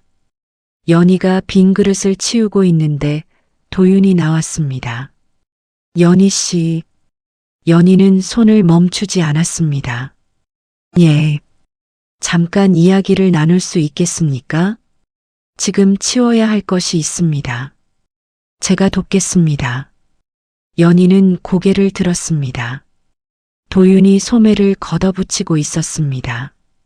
괜찮습니다. 서방님이 하실 일이 아닙니다. 오늘은 제가 하고 싶습니다. 연희는 잠시 도윤을 바라보다가 말없이 그릇을 건넸습니다. 두 사람은 나란히 설거지를 했습니다. 말이 없었습니다. 물소리만 들렸습니다. 도윤이 먼저 말했습니다. 편지 잘 받았습니다. 모두 저도 받았습니다. 연희 씨 편지를 받을 때마다 다시 일어설 수 있었습니다. 연희는 아무 말도 하지 않았습니다. 도윤이 계속했습니다. 낙방했을 때 사실 돌아갈까 생각했습니다. 연희의 손이 잠깐 멈추었습니다. 그런데 연희 씨 편지를 읽고 나서 생각을 바꿨습니다. 오늘 틀린 것은 내일 고치면 된다는 말이 제가 한 말인데 제가 가장 잊고 있었습니다. 그것을 연희 씨가 돌려보내 주었습니다. 연희는 한참 물속에 손을 담그고 있었습니다. 저는 그냥 서방님께서 가르쳐 주신 것을 돌려드린 것뿐입니다. 그것이 전부가 아닙니다. 도윤이 말했습니다. 연희 씨는 5년 동안 이 집을 지켰습니다. 어머니를 변화시켰습니다. 가문의 위기를 막았습니다. 그 모든 것을 혼자 했습니다. 연희는 고개를 저었습니다. 서방님이 가르쳐 주셨기 때문입니다. 가르쳐 준 것을 실제로 쓰는 것은 연희 씨가 한 것입니다. 그 둘은 다릅니다. 설거지가 끝났습니다. 두 사람은 마당에 나란히 섰습니다. 봄밤의 공기가 차고 맑았습니다. 하늘에 별이 많았습니다. 도윤이 하늘을 올려다보며 말했습니다. 한양에 있을 때도 이 별을 봤습니다. 저도 봤습니다. 연희 씨도 이 별을 보고 있을 것 같았습니다. 연희는 하늘을 바라보았습니다. 봤습니다. 매일 밤 잠시 침묵이 흘렀습니다. 도윤이 연희를 바라보았습니다. 연희 씨, 한 가지 물어봐도 됩니까? 예. 이 집에 온 것이 원망스럽지 않습니까? 연희는 하늘에서 눈을 내렸습니다. 그리고 도윤을 바라보았습니다. 5년 만에 정면으로 바라보는 얼굴이었습니다. 처음에는 원망스러웠습니다. 도윤이 고개를 끄덕였습니다. 그렇겠지요. 그러나 지금은 다릅니다. 어떻게 다릅니까? 연희는 잠시 생각했습니다. 어떻게 말해야 할까? 그 5년의 시간을, 새벽 4시의 우물가를, 밥상이 엎어지던 날을, 밤마다 촛불 아래서 읽던 책을, 황봉삼의 문서를 짚던 손가락을, 최 씨가 처음으로 편지를 혼자 읽던 날을, 그 모든 것을 어떻게 한마디로 말할 수 있을까? 연희가 입을 열었습니다. 서방님이 주신 붓 한 자루가 제 삶을 바꾸었습니다. 그 붓이 없었다면 저는 이 집에서 그냥 사라졌을 것입니다. 아무것도 모르고 아무것도 남기지 못하고, 그러나 서방님 덕분에 저는 글을 알게 되었고 세상을 읽게 되었고 스스로 생각할 수 있게 되었습니다. 그것이 저에게는 전부입니다. 도윤은 오래 연희를 바라보았습니다. 그리고 조용히 말했습니다. 연희 씨, 예. 저도 한 가지 말씀드려도 됩니까? 말씀하십시오. 도윤이 말했습니다. 저는 처음에 그대에게 붓을 건넨 것이 단순히 옳은 일이라 생각했기 때문이었습니다. 12살 아이에게 해줄 수 있는 것이 그것뿐이었으니까요. 그러나 지금은 압니다. 그 붓을 받아든 것은 연희 씨였습니다. 제가 건넸지만 3년 동안 혼자서 쓴 것은 연희 씨였습니다. 그 차이가 전부입니다. 연희는 눈을 내리깔았습니다. 뺨이 붉어졌습니다. 도윤이 조용히 말을 이었습니다. 돌아오면 하고 싶었던 말이 있습니다. 저는 연희 씨를 존경합니다. 연희는 그 말을 듣는 순간 아무 말도 하지 못했습니다. 존경? 그 말을 연희에게 쓴 사람은 지금껏 아무도 없었습니다. 아비도, 어미도, 최 씨도, 아무도. 이 사람은 나에게 존경이라는 말을 쓴다. 12살에 팔려온 나에게, 빚쟁이 집딸에게 눈물이 났습니다. 이번에는 참지 않았습니다. 감사합니다, 서방님. 목소리가 많이 떨렸습니다. 도윤이 말했습니다. 고생시켜서 미안합니다. 아닙니다. 아닌 것이 아닙니다. 5년은 너무 길었습니다. 예, 길었습니다. 두 사람은 나란히 서서 한참을 울었습니다. 마당에 꽃잎이 지고 있었습니다.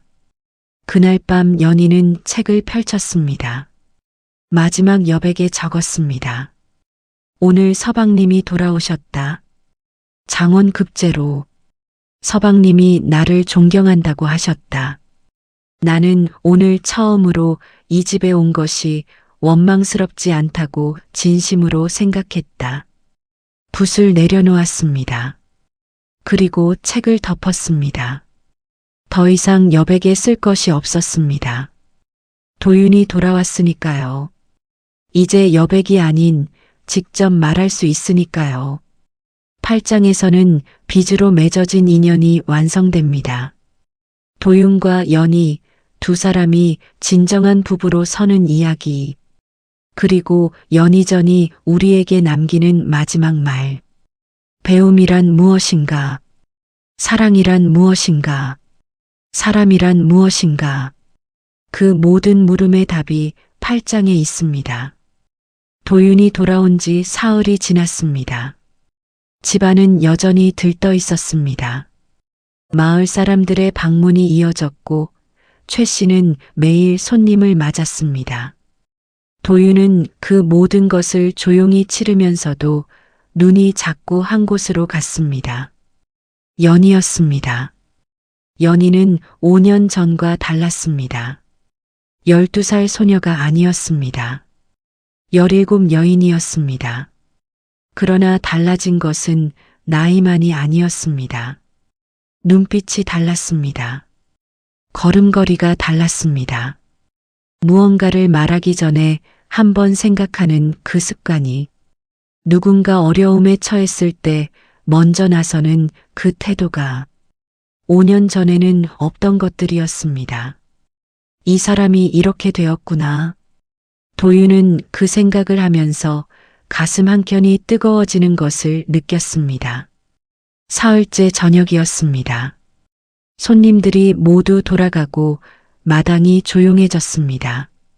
최 씨가 방으로 들어가면서 연희에게 말했습니다. 연희야. 예, 어머님. 최 씨는 잠시 연희를 바라보다가 말했습니다. 오늘은 일찍 들어가거라. 연희가 고개를 들었습니다. 최 씨는 시선을 피하며 말을 이었습니다. 그동안 고생이 많았다. 오늘은 쉬어라. 그리고 서둘러 방으로 들어갔습니다.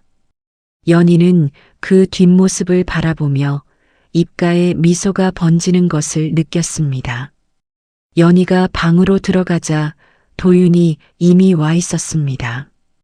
책상 앞에 앉아 무언가를 읽고 있었습니다. 연희의 책이었습니다. 5년 동안 메모로 가득 채워진 그 낡은 책이었습니다. 연희는 멈추었습니다. 서방님. 도윤이 고개를 들었습니다. 봐도 됩니까? 연희는 잠시 망설였습니다.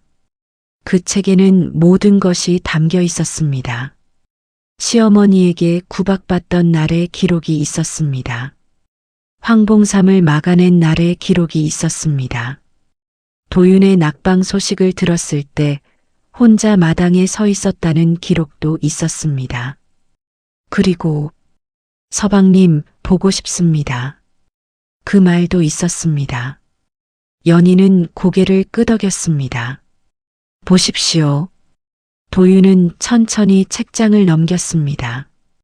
오래 읽었습니다. 연희는 그 옆에 조용히 앉았습니다. 도윤이 읽는 동안 연희는 촛불을 바라보았습니다. 부끄럽지 않았습니다. 이상하게도 부끄럽지 않았습니다. 이것은 자신의 5년이었으니까요. 부끄러울 것이 없는 5년이었으니까요. 도윤이 책을 덮었습니다. 한참을 말이 없었습니다. 그러다 입을 열었습니다. 연희 씨, 예. 이것을 혼자 다 썼습니까? 예. 한 번도 쉰 날이 없었습니까? 연희는 잠시 생각했습니다. 딱 한 번 있었습니다. 언제입니까? 황봉삼을 막아낸 날 밤이었습니다. 너무 떨려서 붓을 들 수가 없었습니다. 도윤이 피식 웃었습니다. 그 웃음이 5년 전과 똑같았습니다. 따뜻하고 조용한 웃음. 연희는 그 웃음을 보는 순간 가슴이 철렁했습니다. 이 웃음을 잊지 않고 있었구나. 5년 동안 이 웃음을 기억하고 있었구나. 도윤이 말했습니다. 연희 씨, 제가 처음 붓을 건넸을 때 기억합니까? 기억합니다. 그때 연희 씨는 어떻게 생각했습니까? 연희는 솔직하게 대답했습니다. 이상한 사람이라고 생각했습니다. 도윤이 웃었습니다. 맞습니다. 이상한 짓이었지요.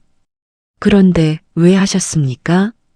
도윤은 잠시 촛불을 바라보았습니다.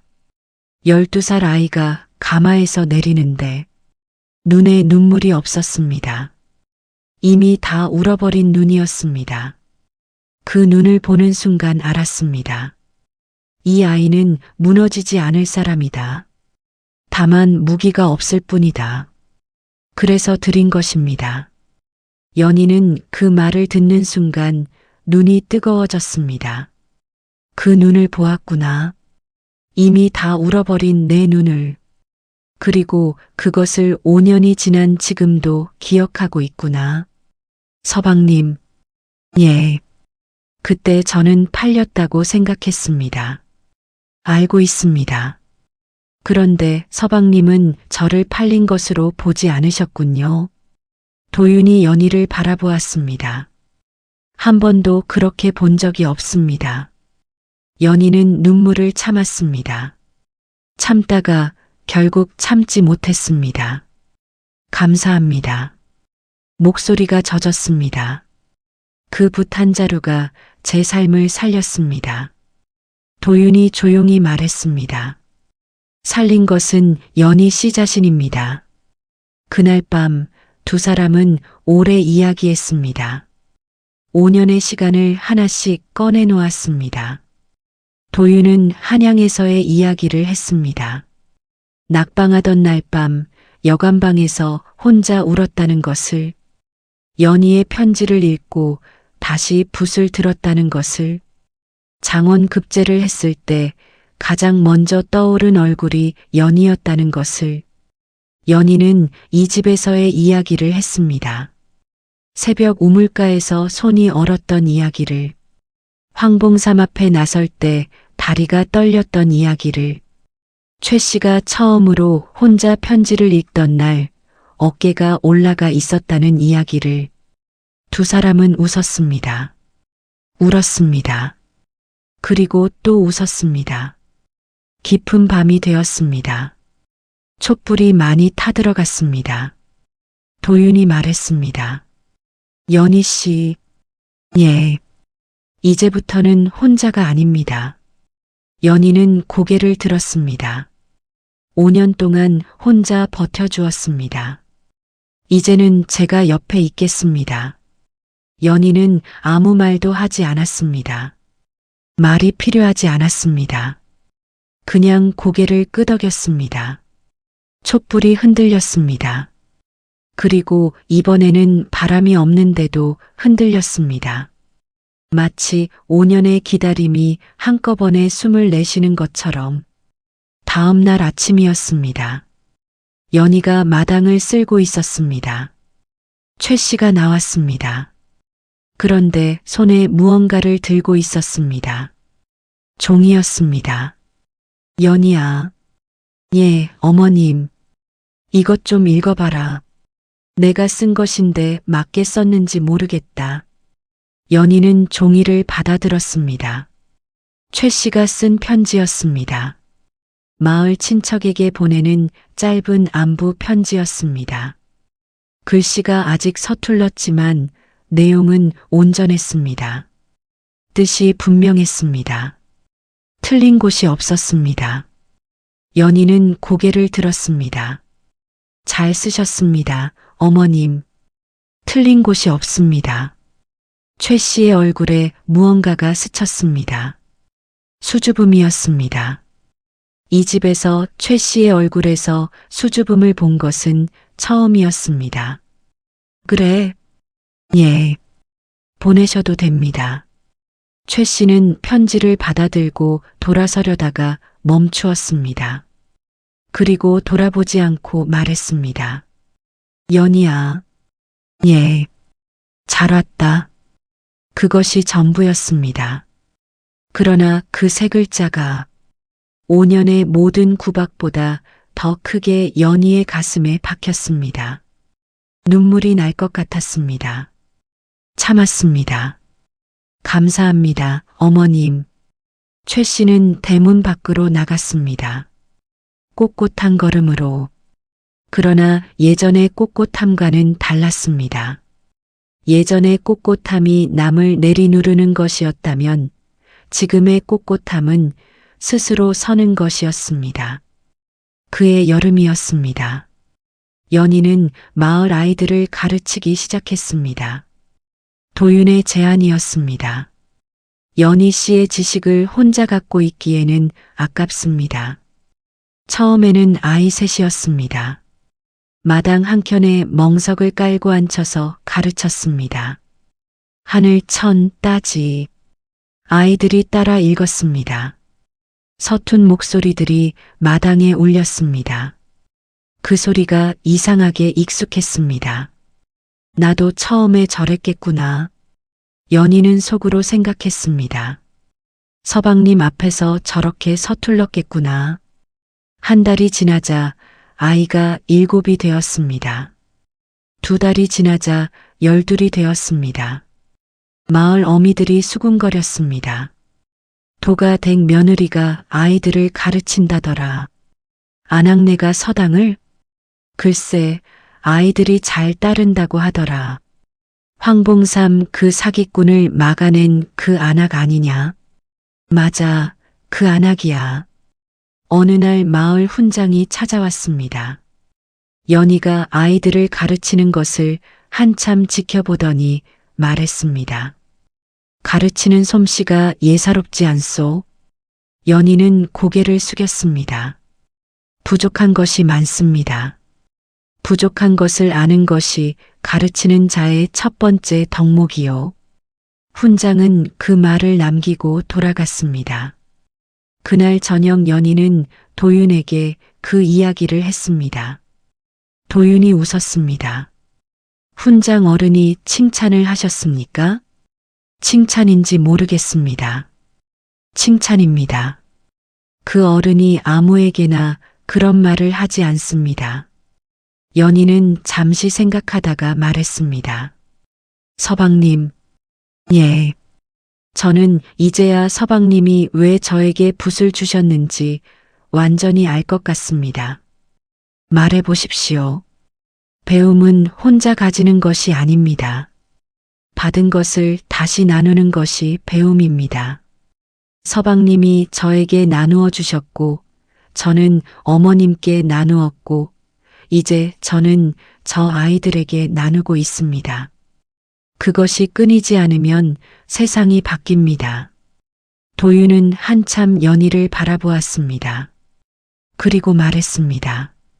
저보다 더 멀리 보고 있습니다. 연희가 웃었습니다. 서방님이 그렇게 가르쳐 주셨습니다. 가을이 왔습니다. 연희가 이 집에 온 지 5해가 지난 가을이었습니다. 마당에 느티나무가 노랗게 물들었습니다.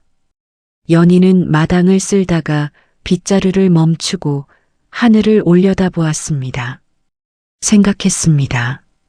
12살 그날을, 가마 안에서 멀어지는 집을 바라보던 그 눈을, 나는 오늘 팔렸다. 그렇게 생각했던 소녀를. 그런데 지금 연희 앞에 있는 것은 무엇이었습니까? 안채에서는 최 씨가 혼자 편지를 쓰고 있었습니다. 사랑채에서는 도윤이 책을 읽고 있었습니다. 마당 한켠 멍석 위에서는 아이들이 글자를 따라 읽고 있었습니다. 하늘 천 따지. 그 목소리들이 마당을 가득 채웠습니다. 연희는 그 소리를 들으며 생각했습니다. 빚으로 맺어졌지만 이것은 이제 빚이 아니다. 이것은 인연이다. 그리고 인연은 사람이 만드는 것이다. 그날 저녁 도윤이 연희에게 말했습니다. 연희 씨, 예, 행복합니까? 연희는 마당을 바라보았습니다. 아이들이 떠나고 난 빈 멍석, 촛불이 켜지기 시작하는 안채, 바람에 지는 느티나무 잎, 그리고 옆에 서 있는 이 사람. 예, 연희가 말했습니다. 행복합니다. 처음으로 주저없이 나온 대답이었습니다. 그날 밤 연희는 새 책을 펼쳤습니다. 5년 동안 쓴 낡은 책은 여백이 없었습니다. 새 책의 첫 페이지에 연희는 이렇게 적었습니다. 배움이란 받은 것을 나누는 것이다. 사랑이란 상대를 물건이 아닌 사람으로 보는 것이다.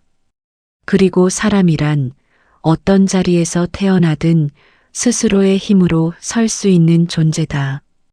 붓을 내려놓았습니다. 촛불을 바라보았습니다. 흔들리지 않았습니다.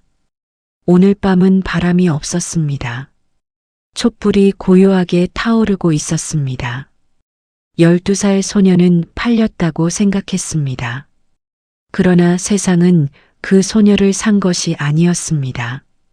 오히려 그 소녀가 세상을 얻었습니다. 붓 한 자루로, 배움 하나로, 그리고 꺼지지 않는 눈빛 하나로.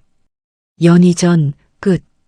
조선이라는 시대는 신분이 운명이던 시절이었습니다. 그러나 이 이야기는 말합니다.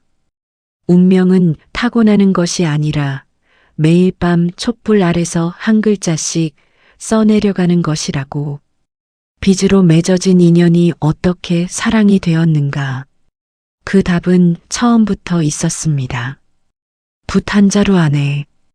긴 이야기 끝까지 함께 해주셔서 감사합니다.